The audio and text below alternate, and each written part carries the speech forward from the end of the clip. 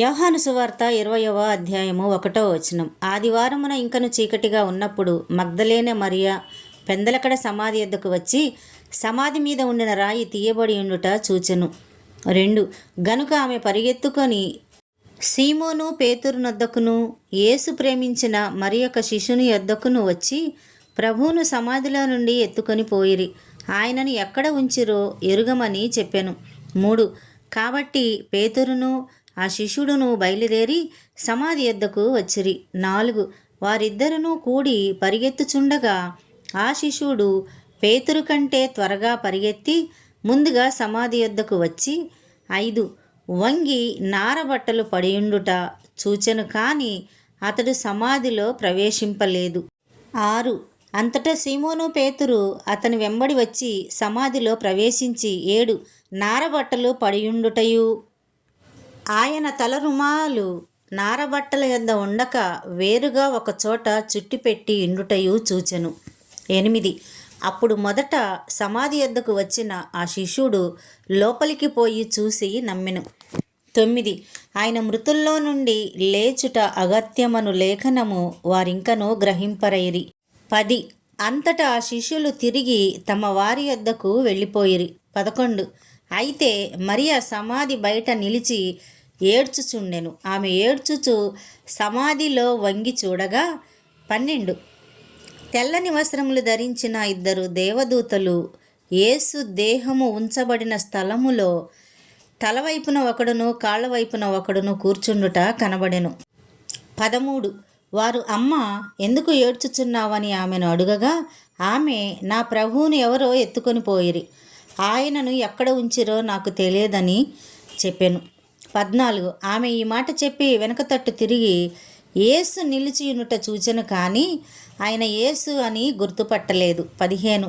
యేసు అమ్మా ఎందుకు ఏడ్చుచున్నావు, ఎవనిని వెదకుచున్నావు అని ఆమెను అడుగగా ఆమె ఆయన తోటమాలి అనుకొని అయ్యా నీవు ఆయనను మోసుకొని పోయిన ఎడల ఆయనను ఎక్కడ ఉంచితివో నాతో చెప్పుము, నేను ఆయనను ఎత్తుకొని పోదునని చెప్పెను. 16. యేసు ఆమెను చూసి మరియా అని పిలిచెను. ఆమె ఆయన వైపు తిరిగి ఆయనను హెబ్రీ భాషతో రబ్బూని అని పిలిచెను. ఆ మాటకు బోధకుడని అర్థము. 17. యేసు ఆమెతో నేను ఇంకనూ తండ్రి యొద్దకు ఎక్కిపోలేదు గనుక నన్ను ముట్టుకొనవద్దు, అయితే నా సహోదరుల యొద్దకు వెళ్ళి నా తండ్రియు మీ తండ్రియు నా దేవుడును మీ దేవుడునైన వాని యొద్దకు ఎక్కిపోవుచున్నానని వారితో చెప్పుమనెను. 18. మగ్దలేని మరియా వచ్చి నేను ప్రభువును చూచితిని, ఆయన నాతో ఈ మాటలు చెప్పెనని శిష్యులకు తెలియజేసెను. 19. ఆదివారం సాయంకాలమున శిష్యులు యూదులకు భయపడి తాము కూడియున్న ఇంటి తలుపులు మూసుకొని ఉండగా యేసు వచ్చి మధ్యను నిలిచి మీకు సమాధానము కలుగునుగాక అని వారితో చెప్పెను. 20. ఆయన అలాగు చెప్పి వారికి తన చేతులను ప్రక్కను చూపగా శిష్యులు ప్రభువును చూసి సంతోషించిరి. 21. అప్పుడు యేసు మరలా మీకు సమాధానము కలుగునుగాక, తండ్రి నన్ను పంపిన ప్రకారము నేనును మిమ్మును పంపుచున్నానని వారితో చెప్పెను. 22. ఆయన ఈ మాట చెప్పి వారి మీద ఊది పరిశుద్ధాత్మను పొందుడి. 23. మీరు ఎవరి పాపములు క్షమింతురో అవి వారికి క్షమింపబడును, ఎవరి పాపములు మీరు నిలిచియుండనిత్తురో అవి నిలిచియుండునని వారితో చెప్పెను. 24. యేసు వచ్చినప్పుడు 12 మందిలో ఒకడైన దిదుమ అనబడిన తోమ వారితో లేకపోయెను. 25. గనుక తక్కిన శిష్యులు మేము ప్రభువును చూచితిమని అతనితో చెప్పగా అతడు నేనాయన చేతులలో మేకుల గుర్తును చూసి నా వ్రేలు ఆ మేకుల గుర్తులో పెట్టి నా చెయ్యి ఆయన ప్రక్కలో ఉంచితేనే కానీ నమ్మనని వారితో చెప్పెను. 26.